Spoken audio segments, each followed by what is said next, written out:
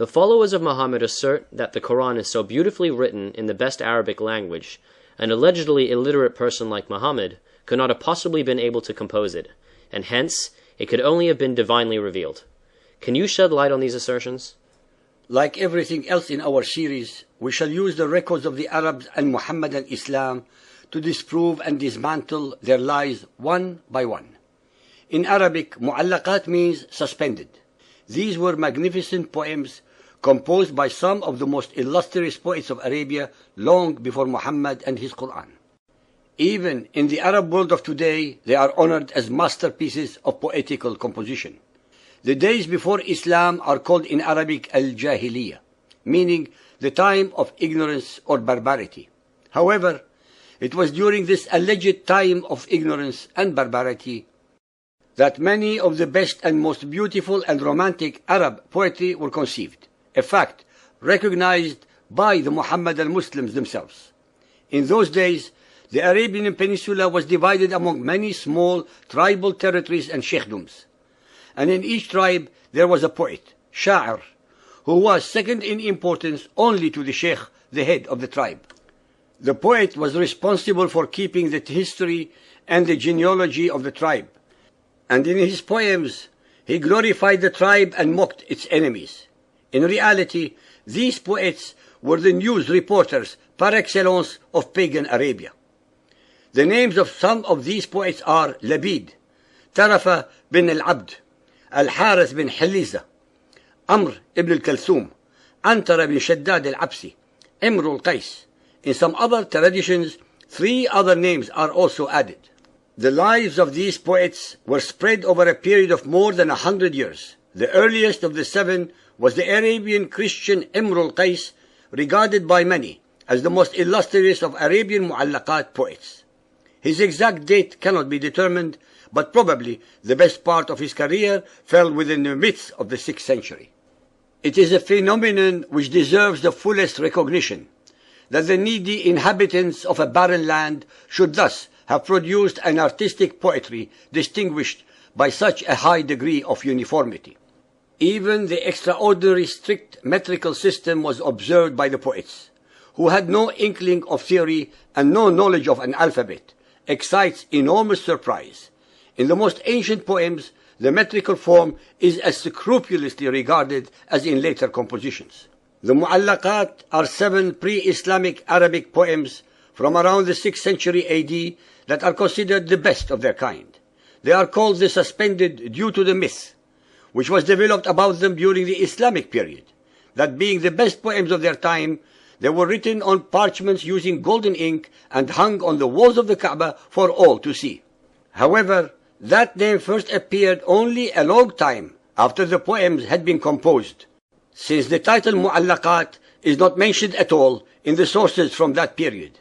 It is therefore a false myth, which comes from romanticizing the pre-Islamic period by the later Muhammadan scholars. Since the Arabic culture of that time was mainly oral, these poems were at first not written down, but recited and later memorized by individuals, usually the poet's apprentices. The first allaqat compilations were written in the beginning of the Islamic period, 7th to 8th centuries, about 200 to 300 years after they were composed. The number of poems that were included varied, but 7 of these poems are considered a canon to this day.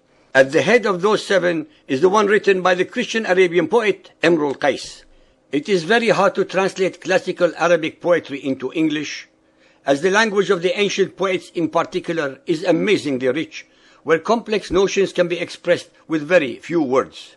Perhaps the oldest passage, where it is stated that the poems were hung up, occurs in Iqad al-Farid, the precious necklace by the Spaniard Ibn Abd Rabbihi.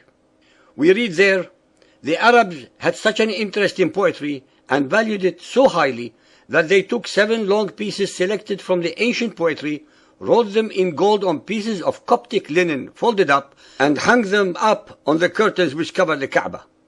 Against this, we have the testimony of Al-Nahas, who says in his commentary on the allaqat, as for the assertion that they were hung up in the Kaaba, it is not known of any of those who have handed down ancient poems. This cautious scholar is unquestionably right in rejecting a story so utterly unauthenticated. Even more pertinent is the fact that most of the pagan Arabs were illiterate, and hence hanging these poems to be read would have been a useless exercise, especially since the Arabic written of those days did not yet have vowels, and there were several different Arabic dialects. After all, the customs of the Arabs before Muhammad are pretty accurately known to us. We have also a mass of information about the affairs of Mecca at the time when Muhammad arose. But there is no trace of this or anything like it to be found in really good and ancient authorities. Up to a time when the art of writing had become far more general than it was before the spread of Muhammadan Islam, poems were never or very rarely written, with the exception perhaps of epistles in poetic form. Based upon all the information available, the diffusion of poetry was exclusively committed to oral tradition. In fact, even the Quran was memorized and transmitted orally to start with, before it was committed to writing after Muhammad's death. In short, this legend, so often retold by the Arabs and still more frequently by ignorant Europeans, must be entirely rejected. The most important conclusion derived from all the above has nothing whatsoever to do about the actual existence of the allaqat or not, but upon the fact that pre-Muhammadan illiterate poets were able to compose divine odes without divine intercession. Since Muhammad was not born in a vacuum, but was surrounded by both pagan and other religious influences, Muhammad's Quran too is also in the format of a qasida with a similar repetitive theme based upon the following. 1. A people are in error. 2. A prophet declares himself calling them to believe in the one and only Allah. 3. Most of his tribe ridicule and oppress him and continue in unbelief. 4. Allah visits them with catastrophes, destroying most of them. 5. The Prophet and a few of his followers are vindicated. 6. Muhammad also praised himself just as the Jahiliyyah poets did. Muhammad's Quran did not have to originate from a divine being, since the odes of the 7 mu'allaqat are even more beautiful, both in meaning and in structure, than the Quranic verses.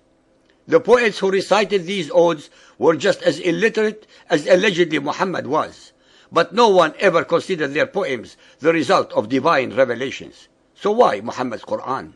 All we have, after all, are Muhammad's assertions that they were revealed to him by Allah, which are totally unsubstantiated.